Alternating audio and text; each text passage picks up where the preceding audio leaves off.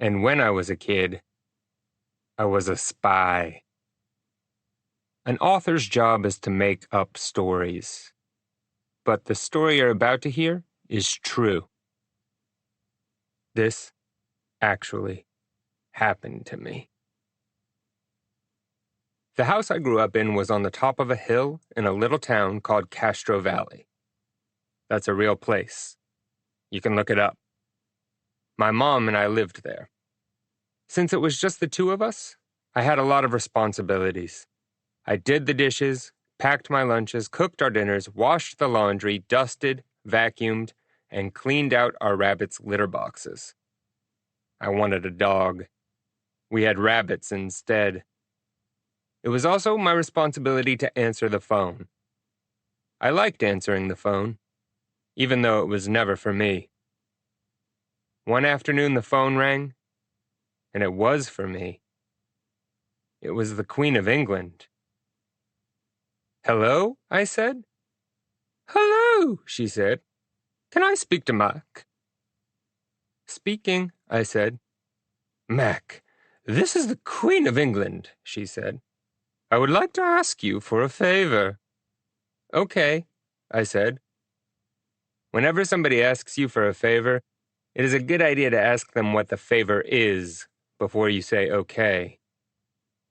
But I had never talked to a queen before, so I said okay.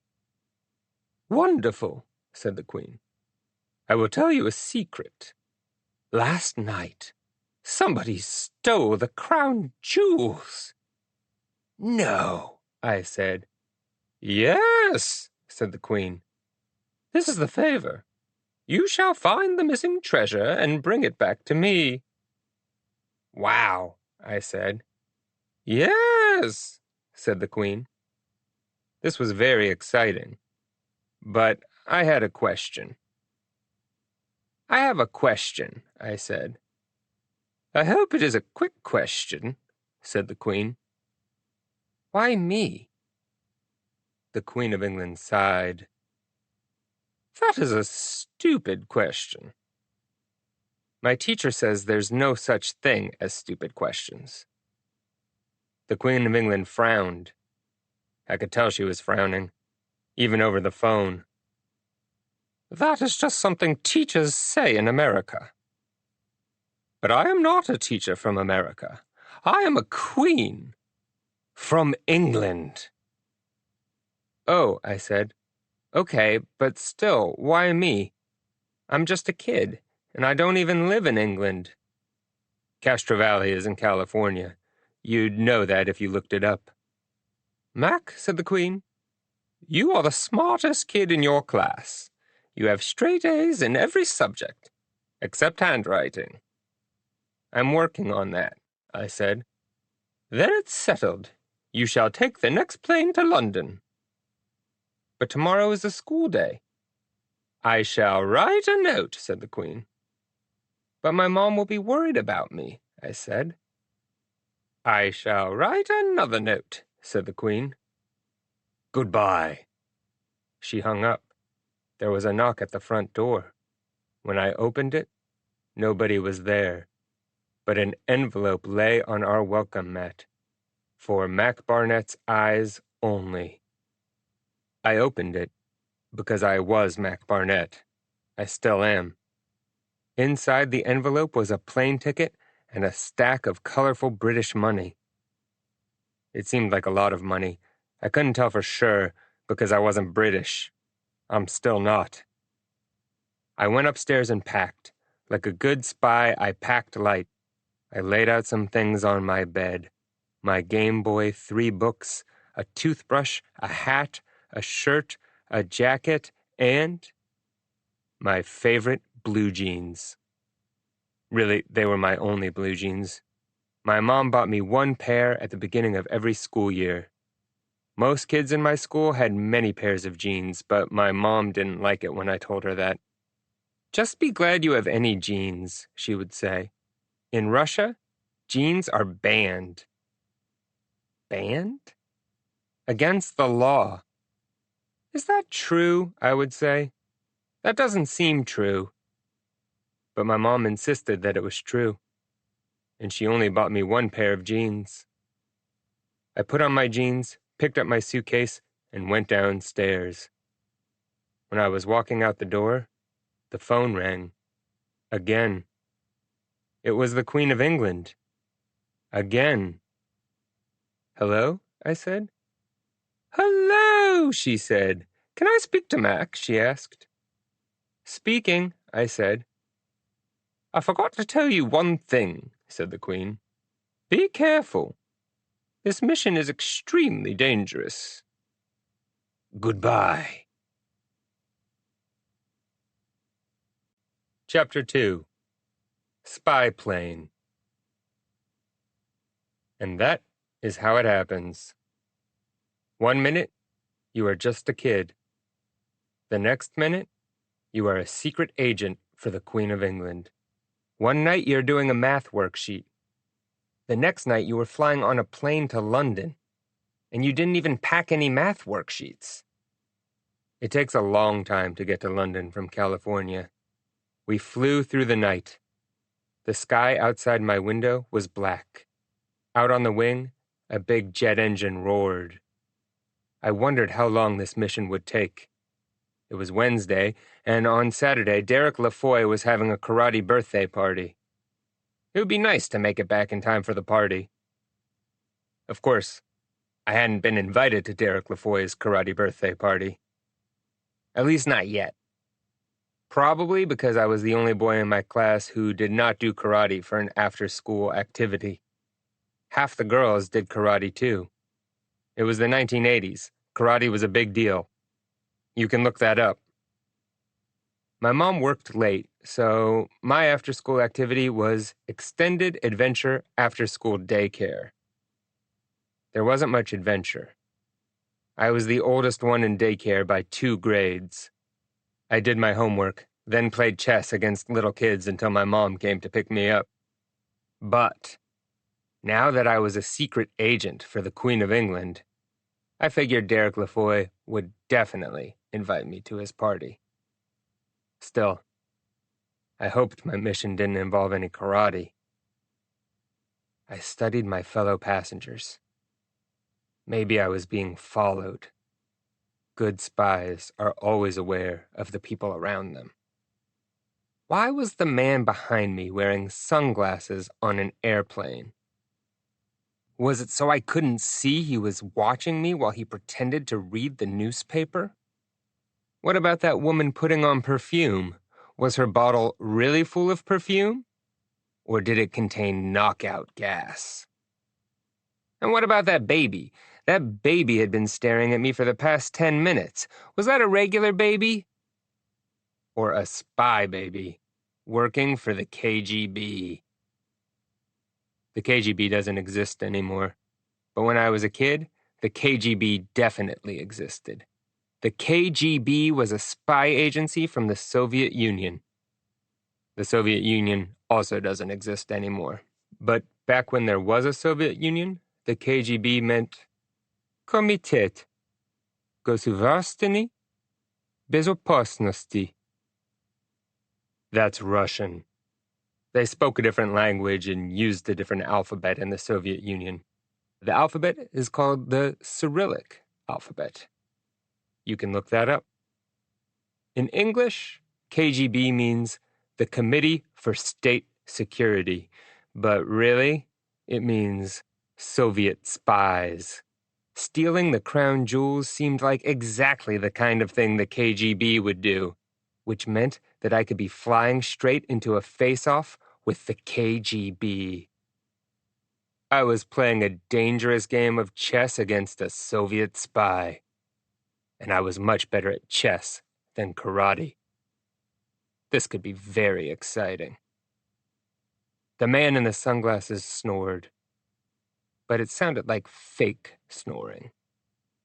The woman sprayed some more perfume, which smelled gross, like knockout gas probably does.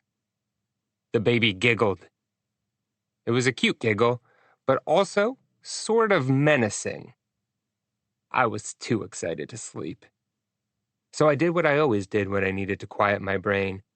I took out my Game Boy, plugged in my headphones, and played Spy Master. Spy Master was my favorite video game. To beat a level, you had to sneak into KGB HQ, steal some secret plans from the top floor, then parachute off the roof down into your convertible. The whole time you had to avoid getting smashed by elevators or blown up by KGB men who threw sticks of dynamite. It was great. I had all 10 high scores. The best part of having a name that is 3 letters long is that the whole thing fits on the high score lists of old video games. I was about to beat my high score when somebody tapped me on the shoulder. It was a flight attendant. She was pushing a big metal cart. She smiled and said something. I couldn't hear her because the theme song to Spy Master was still playing loudly in my ears. I took off my headphones. "Something to drink, sir," said the flight attendant. "A glass of milk, please," I said. She handed me a plastic cup. The plane hit a bump.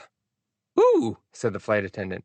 She unlatched a tray in the seat in front of me and put the milk in a cup holder. "Be careful. You don't want to spill milk all over your jeans." "Thanks," I said. "They're my only pair." "Well, they're very nice," she said. "Perfectly faded." I smiled. They were perfectly faded. She set a plastic tray down next to my milk. "Here's your dinner." I lifted a piece of tinfoil from the tray and found 3 raviolis, 6 green beans, and a cup of chocolate pudding. I poked a ravioli. "Does this have cheese in it?" I asked. But the flight attendant was already moving down the aisle. I ate the pudding first, then the ravioli. I didn't touch the green beans. There must have been sleeping powder in my pudding, because my vision swirled, and then everything went black. There must have been cheese in the ravioli, because I had really weird dreams. There must have been a thief on the plane, because when I woke up, somebody had stolen my Game Boy. Chapter 3. The Tower. The Tower of London has more than one tower. The Tower of London is not a great name. The Tower of London is a fortress. The oldest tower in the Tower of London is a tall white tower, which is called the White Tower. Good name. The fortress was built in 1066 by a king who conquered England, who was called William the Conqueror. Also a good name. William the Conqueror built the fortress and the tower to scare English people. Since that time, the kings and queens of England have used it as a place to keep stuff. Weapons, money, prisoners, art, a polar bear, an elephant, a lion, and several other kinds of animals. Henry VIII kept many of his wives, friends, and relatives at the Tower of London before he chopped off their heads. And for the last few centuries, the kings and queens of England have kept the crown jewels there too. And so, as soon as I landed in London, I took a taxi straight to the Tower of London to search for clues. The place was packed. Beefeaters in blue and red uniforms told tourists stories of treachery, violence, and love. An old man held a giant camera up to his face. 2 people with purple Liberty spikes kissed against an ancient wall. There were kids everywhere, kids standing near their moms and dads, kids bunched up in school groups, kids looking bored and listening to music on their Walkmen. I did my best to blend in. Good spies are invisible. I checked a map and made my way to a building marked Jewel House. The Jewel House's 2 huge doors were closed and blocked by 2 huge beefeaters holding 2 huge battle axes. My mouth was dry, but I swallowed hard anyway. "Hello," I said. "Hello," said the guard on the right. "Jewel House is closed today, sonny," said the guard on the left. "The crown jewels is being dusted." I knew the guard was lying to me, and I said so. No, I said, there's been a robbery. I know because the Queen sent me. The guard on the right frowned. Clever one, isn't he?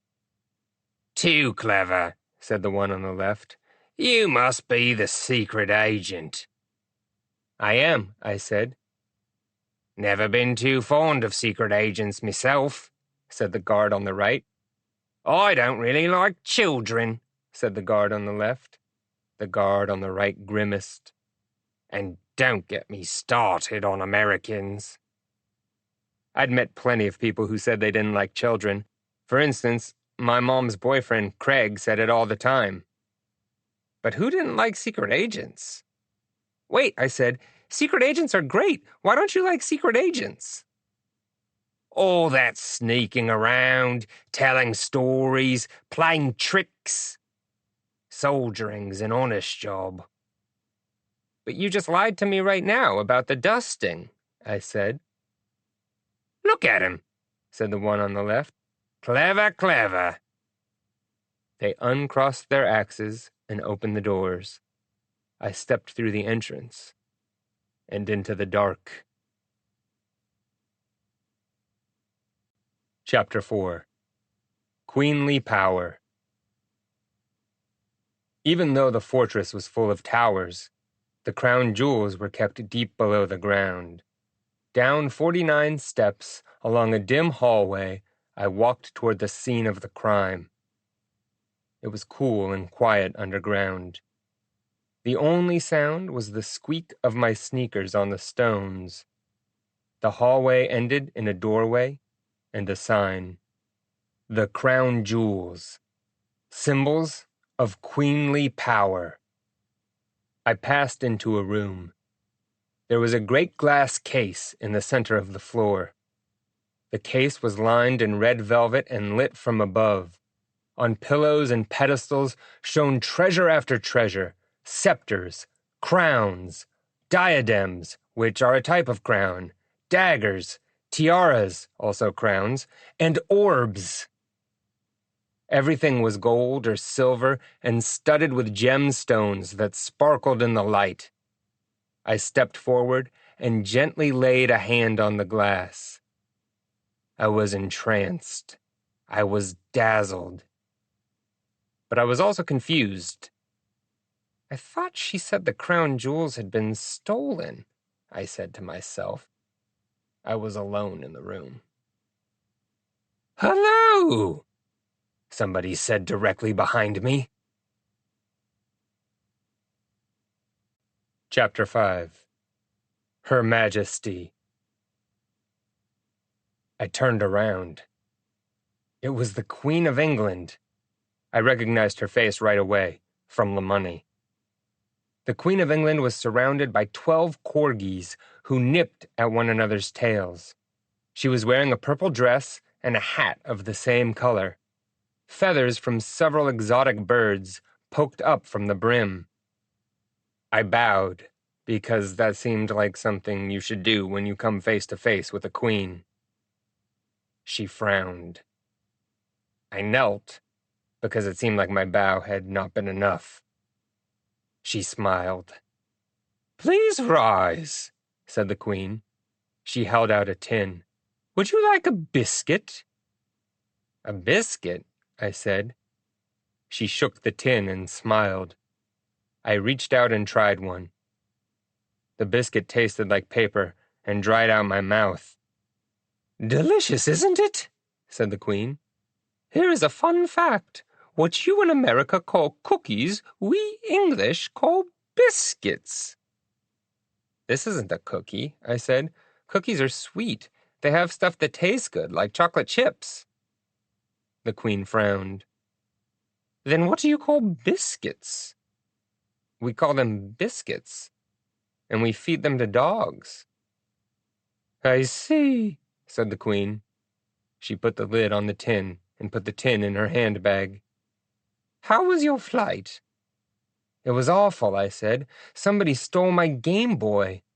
I don't know what that is, said the Queen. Oh, I said, it's a handheld video game console. Nintendo makes them. I am of the general belief that video games are rubbish, said the Queen. Actually, they're pretty fun, I said. And a lot of them really are little stories. Like Mario, he's a plumber who one day, let me give you some advice, said the Queen. When people ask you how your flight was, they're looking for a short answer, like good or long. They're certainly not asking to hear stories about plumbers or misplaced Game Boys. It wasn't misplaced. It was stolen.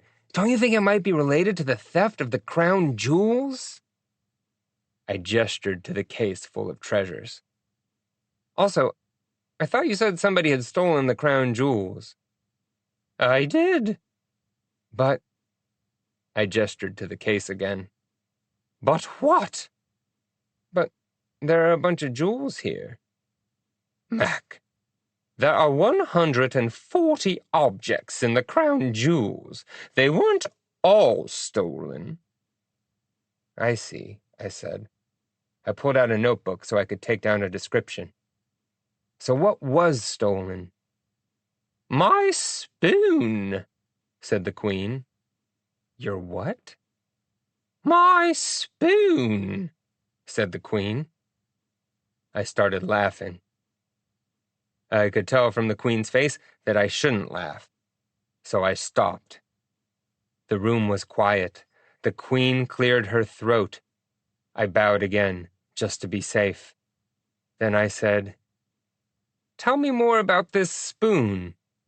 This spoon is quite special. It is used in the coronation of kings and queens. It is called, said the Queen, the coronation spoon. Good name, I said. The coronation spoon has been in the royal collection for more than 800 years. That's an old spoon, I said. Indubitably, said the Queen. It is made of silver and covered in gold. It is engraved with leafy scrolls and the faces of monsters. 4 freshwater pearls are mounted in its stem. I wrote this down. How big is it? I asked. It measures 10 inches. That's a long spoon, I said. Indubitably, said the Queen. I set down my pencil. Look, this seems like a very nice spoon. Indubitably, said the Queen. But why the big fuss? It's a spoon. I shall tell you a story, said the Queen. For more than 1,000 years... Oh boy, I said. Chapter 6. King and Queen Stuff. For more than 1,000 years, said the Queen, there has been a king or queen on the throne of England, except for a brief interregnum. Interregnum? I said. From the Latin, said the Queen. You do not speak Latin? I have an A in Spanish, I said. Said the Queen. Inter, meaning in between. Regnum, meaning reign. 400 years ago, there was a little break between kings. Why? England had a civil war. One side fought for King Charles I. One side was against him. Things did not end well for the king. What happened?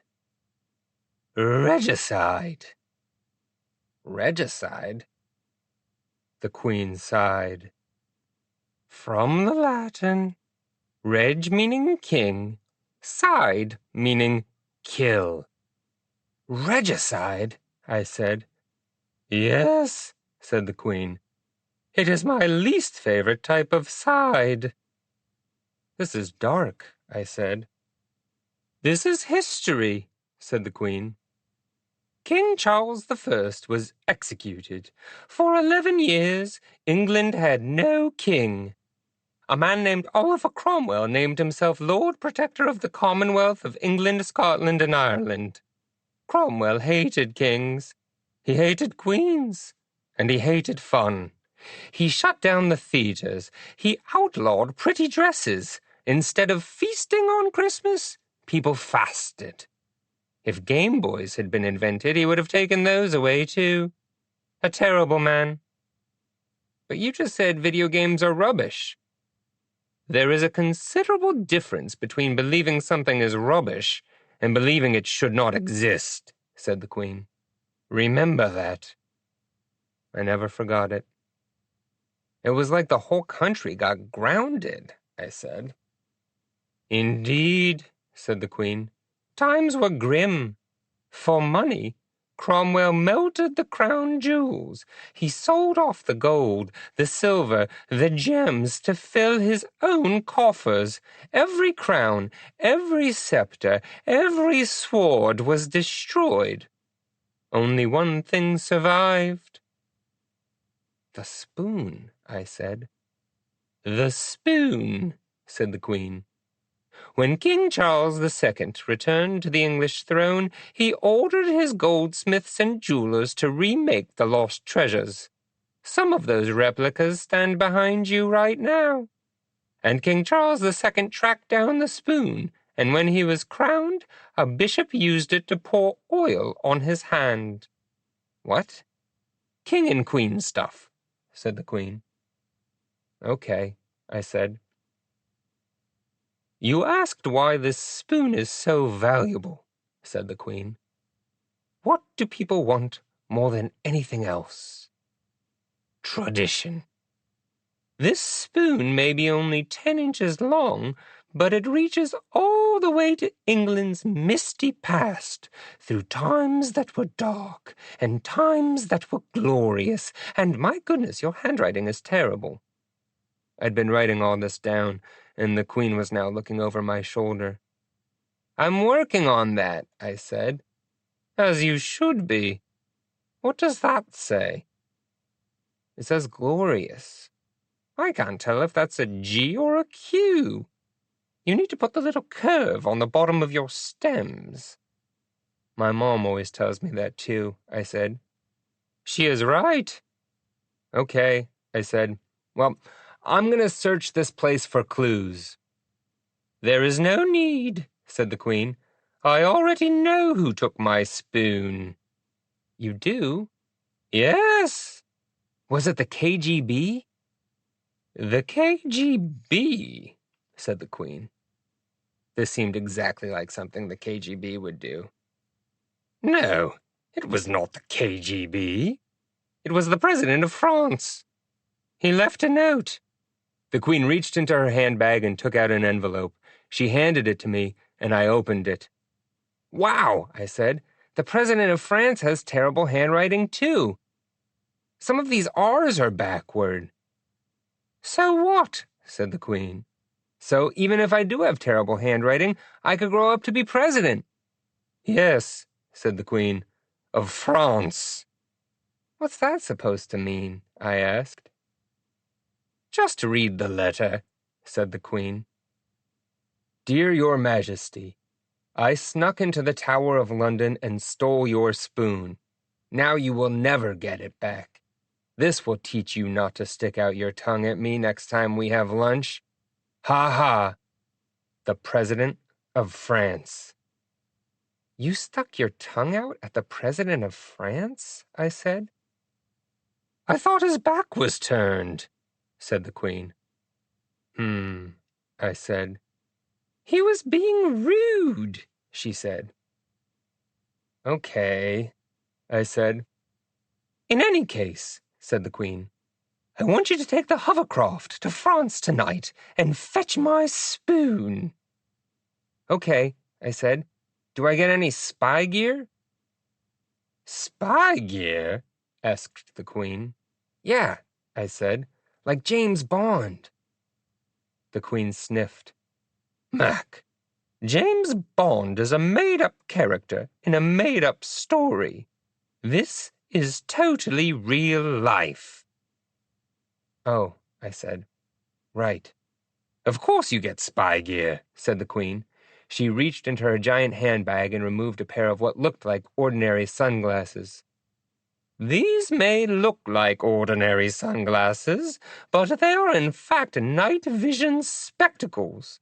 Wear them, and you can see in the dark." "But won't I look funny wearing sunglasses at night?" I said. "Not if you have confidence," said the Queen. "Confidence!" She reached into her handbag again and pulled out a box. "This is a secret identity kit. You won't be able to check into a hotel or drive a car if people think you're a kid." I opened the box. "Your name is Hugh Anthony Craig III, and you are a piano tuner from Kalamazoo, Michigan. Got that?" "But aren't I a little short to be an adult?" "Yes," the Queen frowned. "I did expect you to be taller." "I'm the shortest boy in my class," I said. "Well," said the Queen, "confidence. People probably won't ask you about your height. It's rude." "Okay," I said. "Of course," said the Queen, "there are a lot of rude people in France. On the other hand, there are a lot of short people in France, so you should be all right." I said. "Here is a top-secret report on the President of France. It may contain information vital to your mission." "But most of the words are blacked out." "Yes, it's redacted. The best information is always blacked out of top-secret reports. Like when you're watching television and they bleep out the most interesting parts." "But this is unreadable," I said. "Finally," said the Queen, "I will loan you one of my dogs to take on your mission. You may select your favorite. Corgis, line up." The Queen's dogs stopped nipping one another's tails and arranged themselves into a tidy line, shoulder to shoulder. I studied them carefully. "Are these dogs trained assassins?" I asked. "Of course not," said the Queen. "How dreadful." "Are they robots?" I asked. "Don't be ridiculous," said the Queen. "Then why are you giving me one?" "Loaning you one," said the Queen. "The life of a spy is lonely. It's nice to have company." I pointed at a little dog on the end. "That one," I said. "Freddie," said the Queen, "but Freddie is a runt." "That's what everybody calls me at school," I said. "Freddie?" said the Queen. "No, runt," I said. "Ah," said the Queen. She picked up Freddie and placed him in my arms. He began licking my face. "No licking, Freddie," said the Queen. Freddie kept licking. "Well," said the Queen, "you'd better get going. The hovercraft leaves soon." Freddie and I walked to the door, but I had one more question. "Just one more question," I said. "Oh, for goodness sake," said the Queen. "How long do you think this mission will take?" I asked. "It will take as long as it takes," said the Queen. "Why?" "It's just that this weekend Derek LaFoy is having a karate birthday party." The Queen gave me a serious look. "And were you invited to Derek LaFoy's karate birthday party?" she asked. "No, but—" "Good luck on your mission," said the Queen. Chapter 7. A Threat. The channel of water in the middle of England and France is called the English Channel. Good name, if you're English. In 1066, William the Conqueror crossed the channel in a boat to take England's crown. In 1989, I crossed the channel in a hovercraft so I could take back England's spoon. The salty air blew through my mustache. I was wearing a disguise. Seagulls cried. Freddie licked my ankle. By the time we reached France, I still had not thought up a plan. We took the train to Paris, where the President of France lives. I checked into a fancy hotel, using the name Hugh Anthony Craig III. "And what is your dog's name, monsieur?" asked the woman at the hotel desk. Monsieur means sir in French. You can look it up. That, like the rest of the stuff in this book, is true.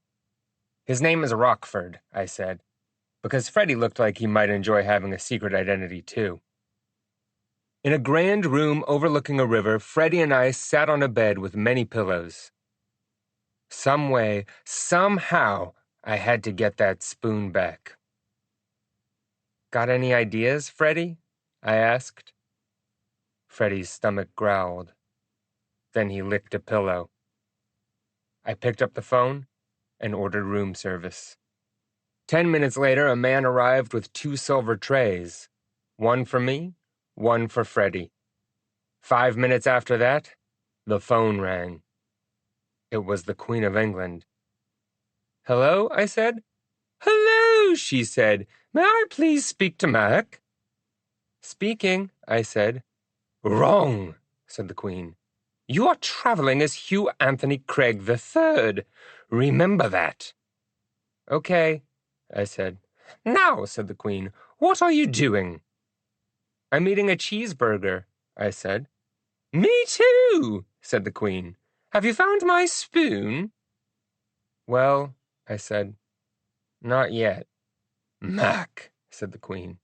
"Hugh," I said. "Hugh," said the Queen, "I am not paying you to sit around eating cheeseburgers." "You're not paying me at all," I said. "That's beside the point," said the Queen. "You are my secret agent. Get to work." The line went dead. I ate a French fry. The phone rang again. "Hello, Your Majesty," I said. "Hugh speaking." "Mac." The voice on the other line was muffled and deep. "Forget about the spoon. Go home." "Who is this?" I asked. "Abandon this mission if you ever want to see your Game Boy again." The line went dead. By now, my fries were cold. I gave my plate to Freddie to lick. So the President of France had stolen my Game Boy, too. I knew one thing for sure. I knew my mom was never going to buy me another Game Boy. She'd saved up for it. It was my big birthday gift. I knew another thing for sure. I knew how I was going to get the Queen's spoon back from the President of France. Chapter 8. Oh, and also, one more related thing I knew for sure. I also knew how I was going to get my Game Boy back from the President of France. Chapter 9. My Secret Plan. If the President of France thought he could go around taking stuff, I would have to speak the only language he would understand. No, not French. I didn't know French. I'm talking about the language of taking stuff. Here was my plan. Since the President of France had taken something precious from the Queen, her priceless spoon, and from me, my brand new Game Boy, I would take something precious from France. And then I would make a trade. Maybe you're thinking this is stealing. Well, it's not.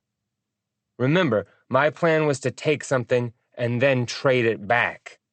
That is more like borrowing. Maybe you're thinking that borrowing involves asking for permission. Okay, you have a point.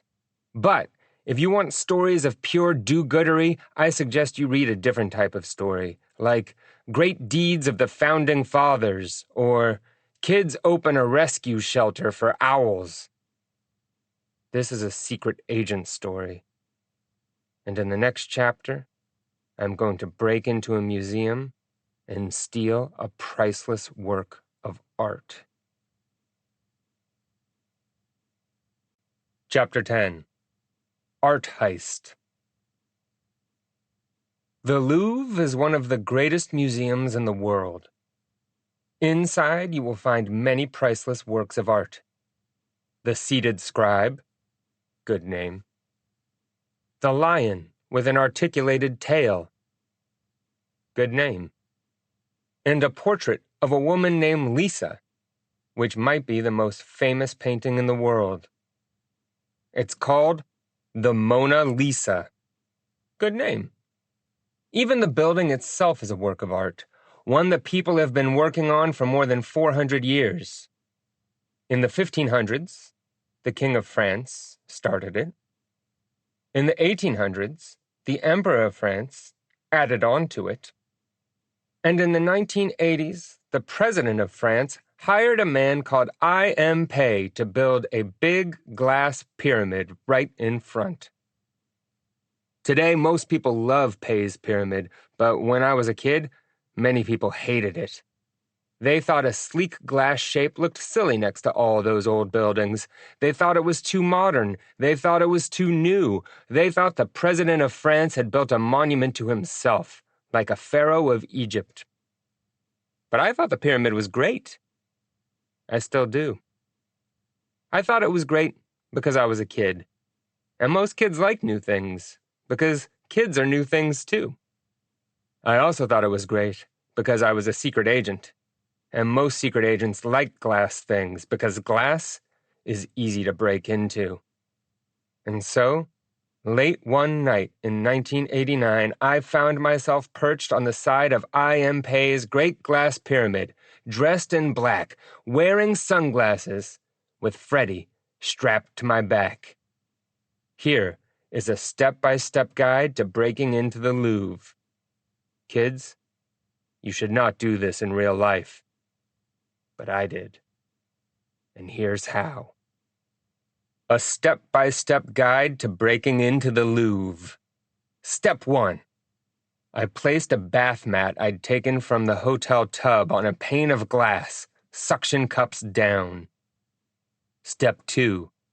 I pried a diamond off Freddy's collar. Step 3. I said, "Thanks, Freddy."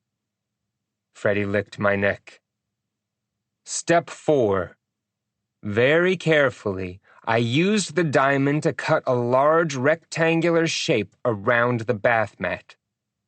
Step 5. I lifted the bath mat and a piece of glass with it. I said, "We're in, Freddy." He licked my neck again. Step 6. Using a rope made from sheets I'd also taken from the hotel, I lowered myself into the museum. Step 7. Now here's where things get interesting. Freddy and I down a flight of steps. The guardhouse and sleeping. Kind of like a Tyrannosaurus Rex. Using 7 bananas, which is why secret agents should always carry bananas with them at all times. Cut the red wire or the blue wire? Easy. I cut all the wires. Disabled the alarm, 7-digit code, which was, and still is, a ham sandwich. Then all there was to it was to... And there we were, standing in front of the Mona Lisa. "We did it, Freddy," I said, and tried to wipe the mustard from the sandwich off my shirt. Chapter 11. To Rob a Thief. The Mona Lisa was smaller than I thought it would be. It was also greener than I thought it would be, but that's probably just because I was wearing night vision sunglasses. Very carefully, I lifted the painting off the wall. I paused, holding the painting aloft, bracing for an alarm. After 5 seconds of silence, I smiled. "Looks like step 7 worked," I said to Freddy, who was busy licking the mustard off my shirt. I tucked the Mona Lisa under my arm and made for the exit. "Halt!" someone cried. I froze. "Turn around." I turned around. I was face to face with a guard. "Hands in the air," the guard shouted. "But then I'll drop the Mona Lisa," I said. "Good point," said the guard. "Hand me the painting." Reluctantly, I gave the guard the Mona Lisa. He pulled out a pair of handcuffs and chained me to the handrail of a nearby staircase. I slumped against the wall. "Be careful where you sit," said the guard. "That spot is dusty. You don't want to get those jeans dirty." How could I worry about my jeans at a time like this, when my whole mission was falling apart? Still, they were great jeans. I shifted to a clean spot. "This is all a mistake," I said. "My name is Hugh Anthony Craig III, and I am simply here from Kalamazoo, Michigan, to tune the Louvre's pianos." The guard laughed. "Wait here, Mr. Craig. We'll—" "Mr. Craig III, I said. "Wait here, Mr. Craig III. Soon, you'll be tuning all the pianos you want. In jail." "Huh?" I said. But the guard was already gone. Chapter 12. Captured. I expected to be arrested immediately. I sat handcuffed to the rail for hours. Luckily, I had a nice view. I was directly across from the Venus de Milo. That name means Venus of Milos. Milos is the name of the island where the statue is discovered, but nobody knows for sure if it's supposed to be Venus. Pretty good name, 6 out of 10. Staring at the statue gave me an idea.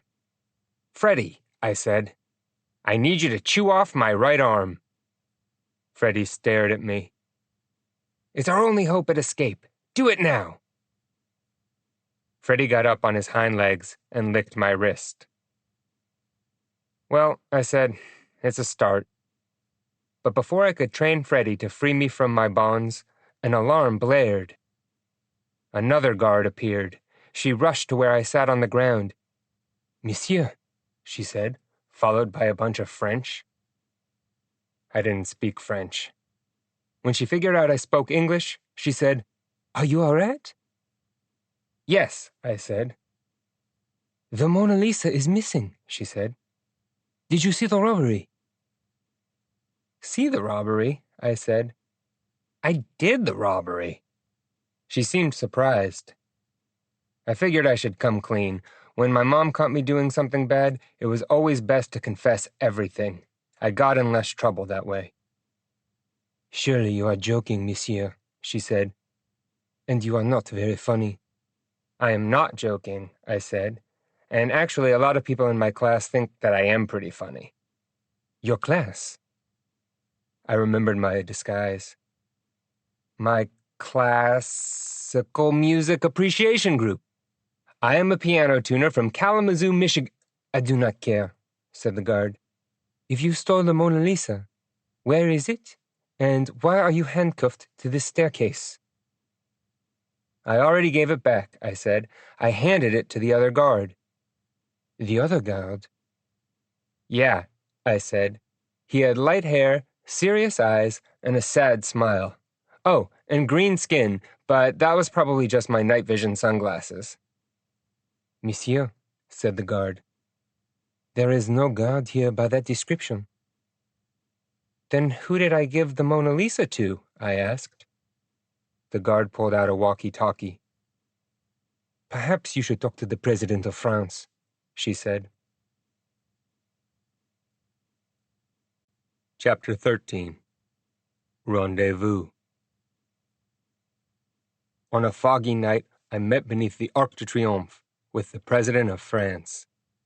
The Arc de Triomphe means Arch of Triumph. It's an arch, and it was built by the Emperor of France to celebrate triumph. Sure, good name.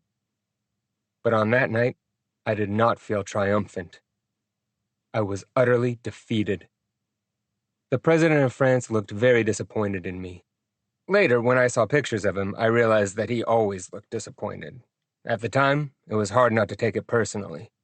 He wore a thick coat and pulled it around himself. "It's cold out here," I said. "Oui," said the president of France. I knew what that meant. "Maybe we should meet somewhere warm," I said. "Like your palace?" "I take it you are a secret agent," said the president of France. "Oui," I said. "Then this is how we must meet. In the night. In the fog. In the cold." "Okay," I said. "Mr. President, the world is a mess, and I think it is all my fault."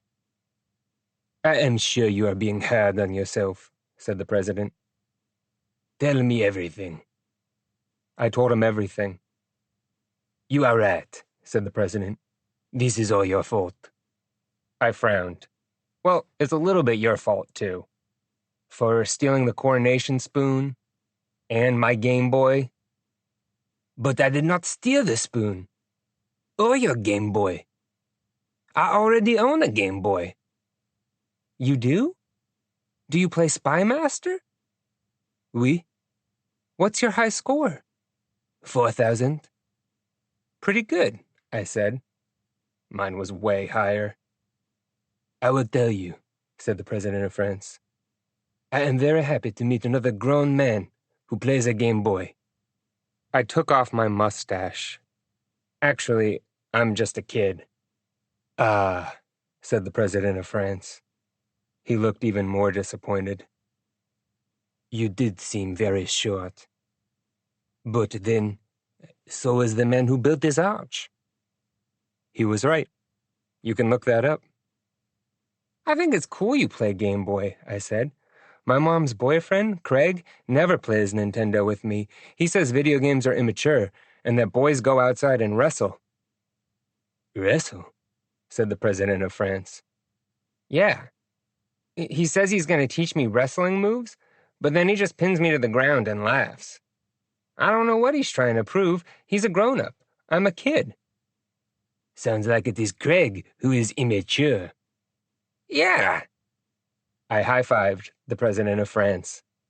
"Tell me," he said, "why does the Queen of England think that I stole her spoon?" "She thinks you're mad at her because when you had lunch, she stuck her tongue out at you." The president was astonished. "She stuck her tongue out at me?" "Yeah," I said. "I must have had my back turned," said the president of France. "I had no idea." He looked very sad. I was starting to believe he was innocent. "But what about the note?" "But what about the note?" I said. "What note?" I showed him the letter from the Tower of London. The president shook his head. "But this is not my handwriting. It is awful. The R's are not even facing the right way." "The N's aren't either," I said. "Well, this is obviously a fake. I have wonderful handwriting." "You do?" "Of course. I am the president of France." "Well, now I don't know what to do," I said. "It is obvious," said the president. "You must retrieve the Mona Lisa. She is priceless." I'd been wondering something. "Why is the Mona Lisa so valuable?" I asked. "It's not even very big." "It is her smile," said the president. "Why does she smile so? What does she know? Many have guessed. Nobody knows for sure. The Mona Lisa is a mystery. And what do people want more than anything else? Mystery. To possess the unknowable." "The Queen of England says more than anything else people want—" "Do not speak to me of the Queen," said the president of France. "You must go now."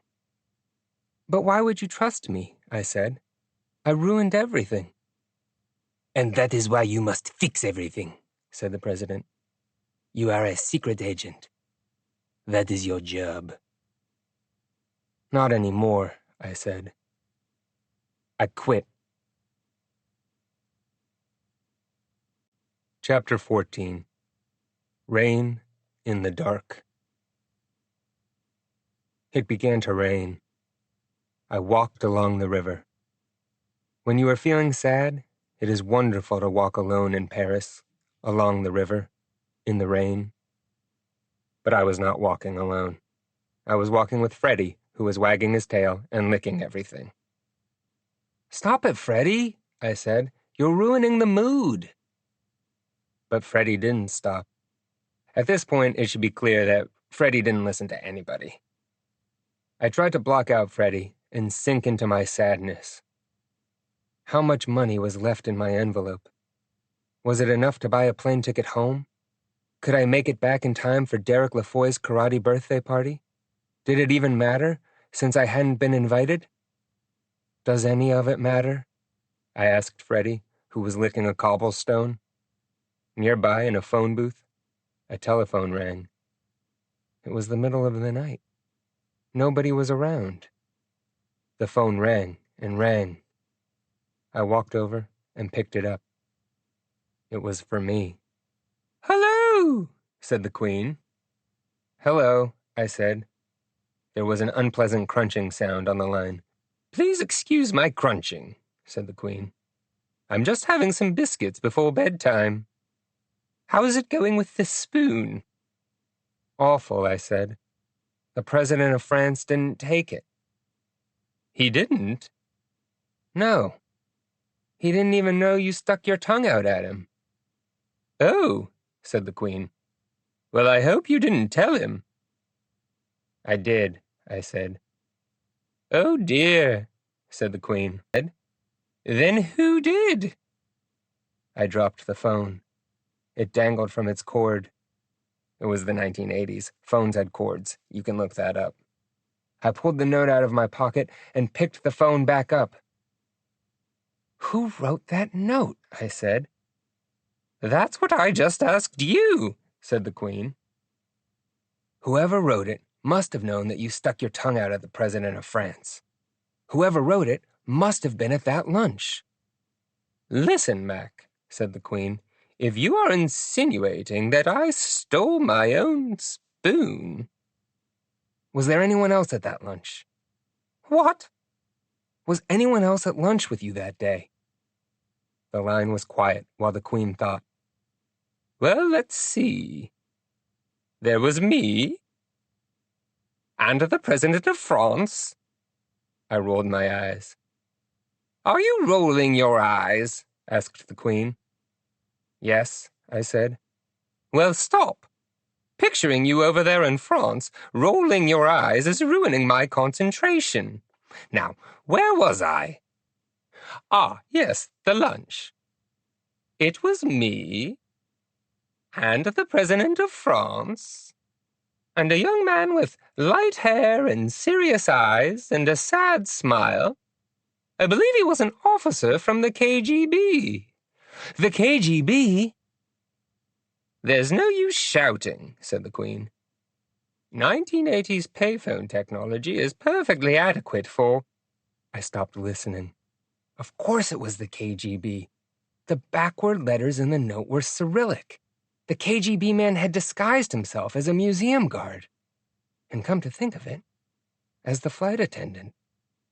I'd been followed this whole time by a secret agent of the KGB, and I'd been one-upped again and again. Well, it was time to turn the tables. I hung up on the Queen of England and caught a plane to Moscow. Chapter 15. KGB HQ. Lubyanka Square is home to two famous buildings. One of these buildings is the headquarters of a giant Russian toy store called Detsky Mir. Detsky Mir means Kids World. Cool name. The other building is called the Lubyanka. It was the headquarters of the KGB. The biggest toy store in Europe sat directly across from a command center for spies. It still does. You can look that up. The building on the left was full of toys. The building on the right was full of spies. Where would you rather go? I sighed and went right. With Freddie in my arms, I burst through the front doors of KGB headquarters. A spy sat at a desk. I demand to see, I said. I don't know his name. He's a KGB man. We've been expecting you, said the spy behind the desk. Come right in. I was shown to an office and asked to wait. He will be here shortly, said the spy. He is just getting in from Paris, and his flight was delayed. Okay, I said. The walls of the office were pale green and lined with wooden bookshelves.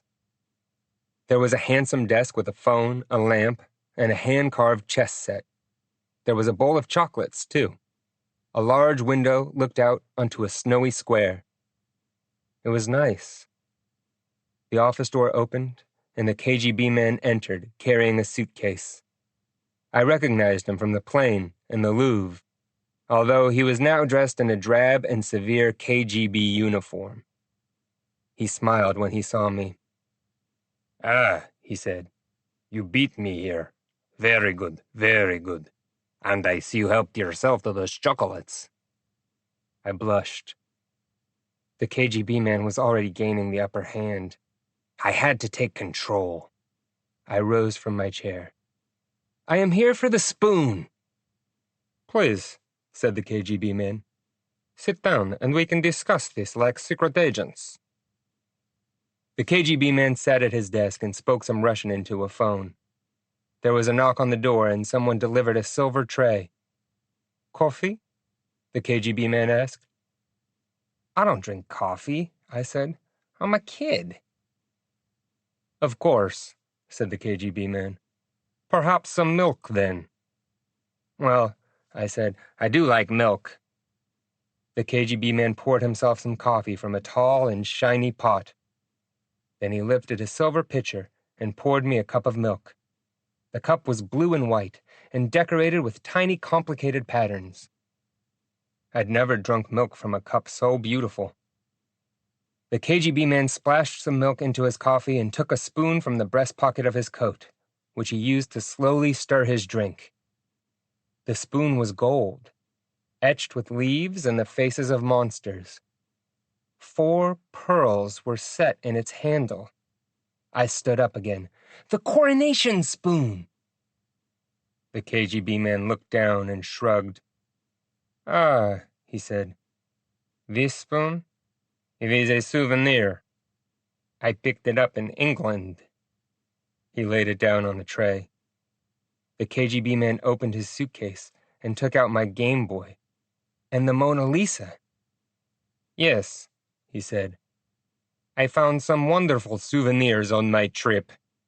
You fiend, I cried. Why are you taking all this stuff? And why are you showing it all to me? Why, indeed, said the KGB man. It is not for you to understand why. You are a spy. Secret agents are like children. They do what they are told.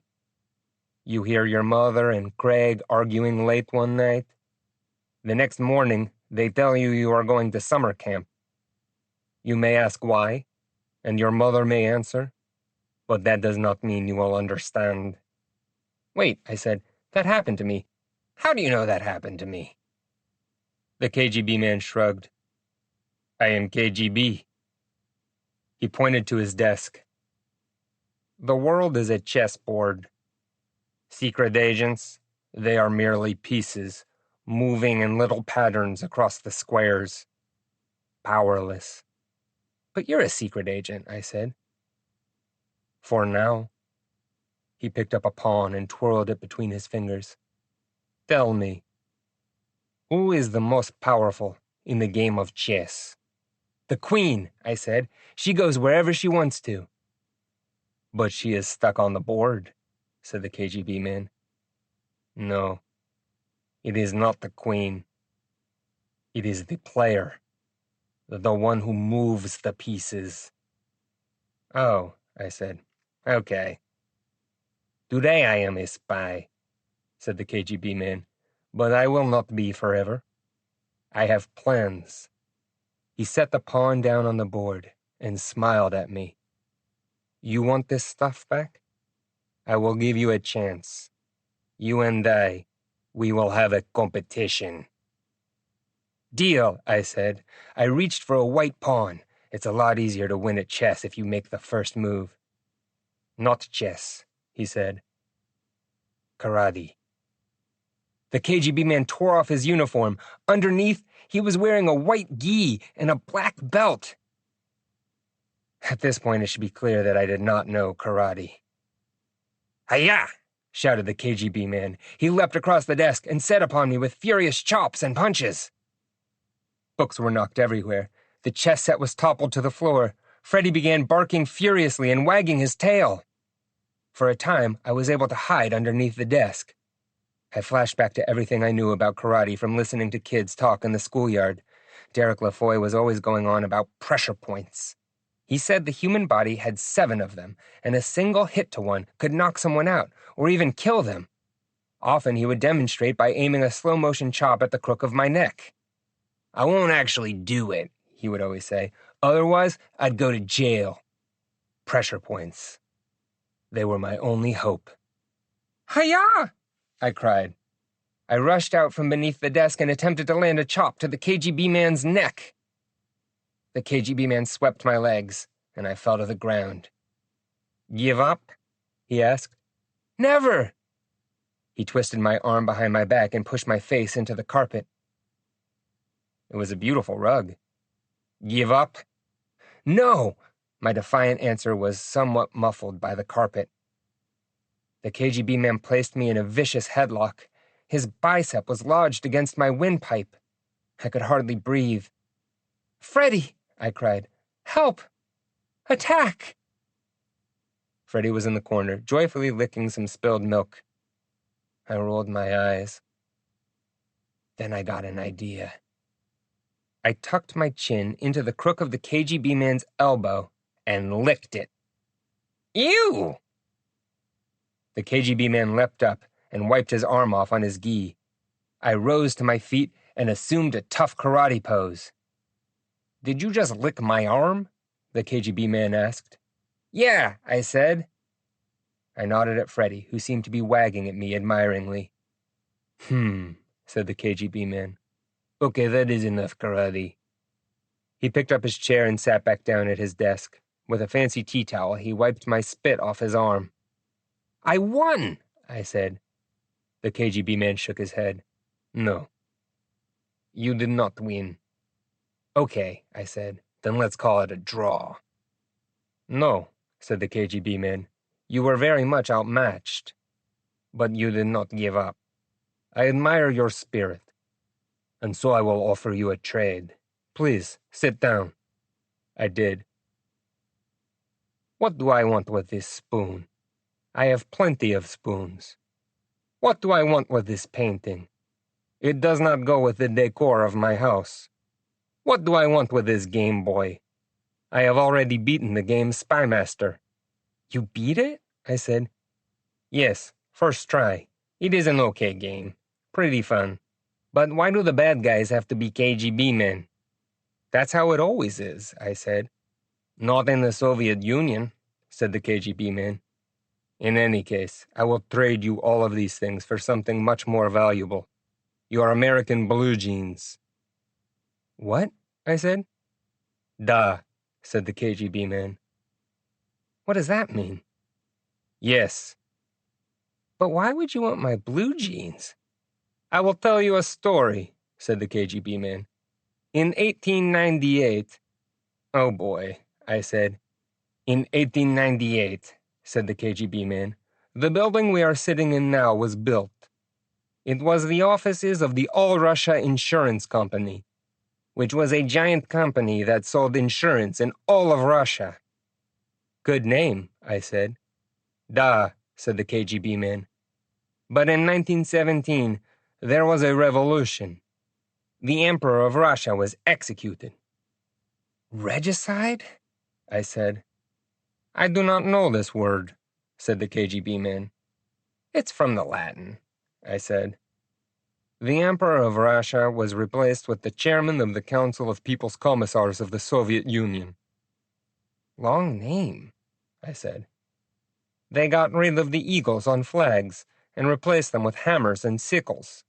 And in this building, they got rid of the All-Russia Insurance Company and replaced it with the All-Russia Extraordinary Commission for Combating Counter-Revolution and Sabotage. Really long name, I said. Too long, said the KGB man.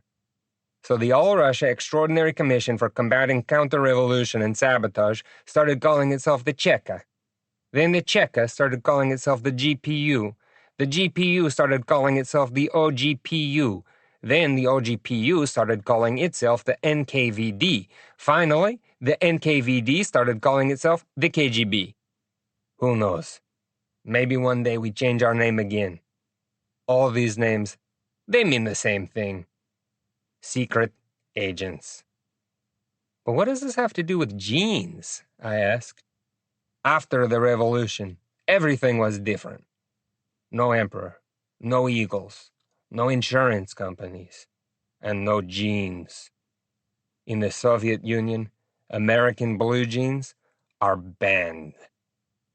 Banned? Against the law. So it was true. The KGB man gazed sadly at his pale green walls. When I was a child, I caught jeans fever. I saw a picture in a magazine, a boy and a girl in America. They were dancing in a basement, wearing their blue jeans. They were so happy. Their jeans were so perfectly faded. I wanted a pair. For a single moment, the KGB man seemed to be just a KGB boy, begging his mother for some back-to-school jeans. But he slammed his fist against the desk. Russian jeans, they are no good, said the KGB man. They do not fade. I have tried to boil them, run them over with a motorcycle, tie them in knots, and throw them in the river. No good. But you travel around the world, I said. Why don't you just buy some American blue jeans and bring them back? The KGB man shook his head. That is a crime. Jean crime.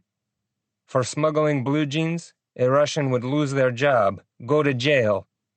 That is why I needed you, an American, to wear your jeans here. Wait, I said. This whole thing, the spoon, the Mona Lisa, it was all a ploy just to get some blue jeans? Yes. Stealing my Game Boy? Yes. Even the call to my hotel in Paris? The KGB man sighed. Yes, obviously. But you told me to drop the case. Why would you tell me to quit if you wanted me to follow you to Moscow? There are some children, said the KGB man. When you tell them not to do something, they want to do it even more. I thought you seemed like one of these children. That sounds like something this guy I know, Craig, would say, only he speaks in better English. The KGB man shrugged. Well, I am Russian. I find this all hard to believe. And yet, this is totally real, said the KGB man. You see, I am the one who is moving the pieces. Seems like a whole lot of trouble to go through for some jeans. What do people want more than anything else? Said the KGB man. They want what they cannot have. I looked down at my jeans. They were perfectly faded, and there was no way my mom was going to buy me a new pair. But I had a duty to the Queen. Okay, I said. Excellent, said the KGB man. I handed over my jeans. The KGB man handed over the loot. Chapter 16. Gene Crime. Can I at least have another pair of pants? I asked. You know, for the road? Niet, said the KGB man. What does that mean? No. It was a cold walk through Moscow, and a very long flight. But the Queen of England got her spoon back, France got the Mona Lisa, and I got home. It was Saturday morning. My mom was happy to see me. She had missed me very much, plus the rabbit's litter box needed to be emptied. There was a package for me on the kitchen counter. It was from the Queen of England. Dear Agent Mac, enclosed, you will find a note for your teacher explaining your absence, as well as a reward to thank you for your service to me, the Queen of England. Best wishes from the entire royal family, including Freddie, whose habit of licking seems to have worsened while he was under your care. My Majesty, the Queen of England. There was an envelope addressed to my teacher and a box wrapped in purple paper and tied with a gold bow. The tag said, "Something delicious from Britain." I eagerly unwrapped the gift. It was a tin covered with fancy royal decorations. I opened the tin. Biscuits. I tried one to see if these were any better than the last batch. They weren't. This was not the reward I had been hoping for. To be honest, I had been expecting to get knighted. But I wasn't a knight. I was a secret agent. And being a secret agent is not easy. I swallowed the biscuit. Then I leaned back in my chair and turned on my Game Boy. No, I said. No, I said again. I was looking at the high score screen. The name of the number 1 score had only 3 letters. But they weren't MAC. They were KGB. It was going to take me forever to beat that. Before I could even get past level 1, the phone rang. It was Derek LaFoy, inviting me to his birthday party. Just kidding. That would have been a nice ending, but remember, this story is real. It was the Queen of England. "Hello," said the Queen. "Don't even bother thanking me for the biscuits. There isn't any time.